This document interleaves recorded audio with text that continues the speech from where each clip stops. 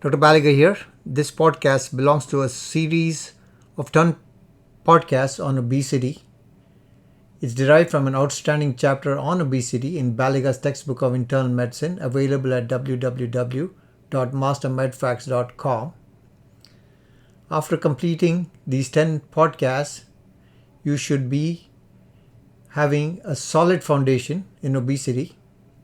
As you know, obesity is in one third of US adults and is therefore an important area to have at one's fingertips. This outstanding chapter is authored by Dr. David W Lam, MD, who is Assistant Professor of Medicine at the Icahn School of Medicine at Mount Sinai in New York. He is also the Associate Director of the Mount Sinai Diabetes Center. The senior author is Dr. Robert Yanagisawa, who is a Professor of Medicine at the Icahn School of Medicine at Mount Sinai. He is the Program Director of Clinical Fellowship in Endocrinology, Diabetes and Metabolism. He also directs the Mount Sinai Weight Management Program and has more than 15 years of experience taking care of obese patients. Multiple choice question. A 32-year-old morbidly obese patient has been on orlistat for the pharmacologic treatment of obesity. Which of the following is true about orlistat? A. They are at risk for valvular abnormalities. B. The most common side effect is heart palpitations. C. Micronutrient supplementation should be considered. And D. Orlistat only affects the absorption and digestion of fat.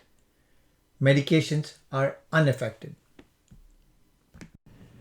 And the answer is C, that is, micronutrient supplementation should be considered.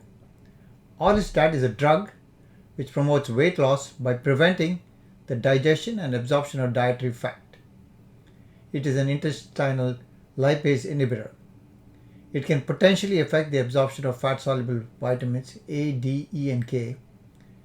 Therefore, some patients may require supplementation. It is recommended that patients taking a daily multivitamin while on orlistat. It has not been associated with cardiac valve abnormalities or heart palpitations.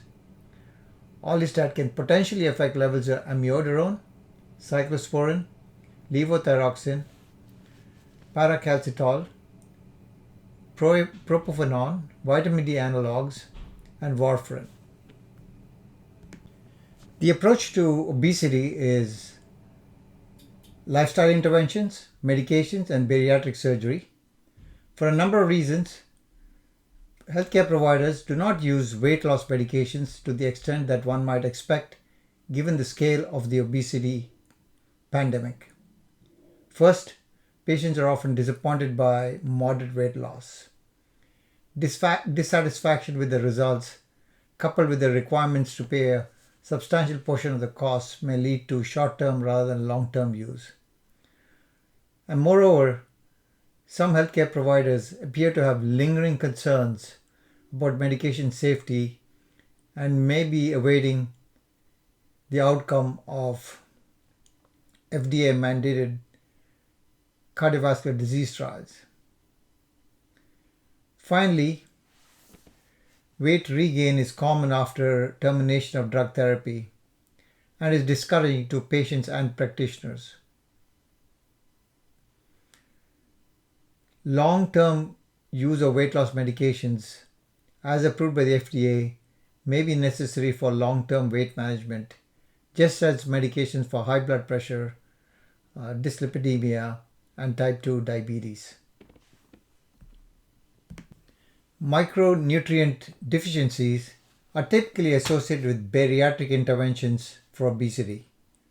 Hot off the press, there's an article in June 9, 2020 JAMA Open Network. The article is titled Associations of Bariatric Interventions with Micronutrient and Endocrine Disturbances. The lead author is Nicholas L. Syn, SYN, and the group is from Singapore. The study question was, are bariatric interventions associated with serum micronutrients and metabolic hormone changes in the years after intervention, and do trajectories differ between laparoscopic sleeve gastrectomy versus gastric bypass procedures? What did they find? In this comparative effectiveness study of 499 patients who underwent sleeve gastrectomy and 189 patients who underwent one anastomosis or Roux-en-Y gastric bypass, parameters associated with calcium metabolism did not differ between the groups. The extent of hemoglobin suppression was greater among patients who underwent gastric bypass compared with those who underwent laparoscopic sleeve gastrectomy. But the difference was not explained by differences in iron stores or vitamin B levels. What did they interpret? The findings of this study suggest that micronutrient deficiencies after bariatric interventions are differentially associated with the types of bariatric procedures.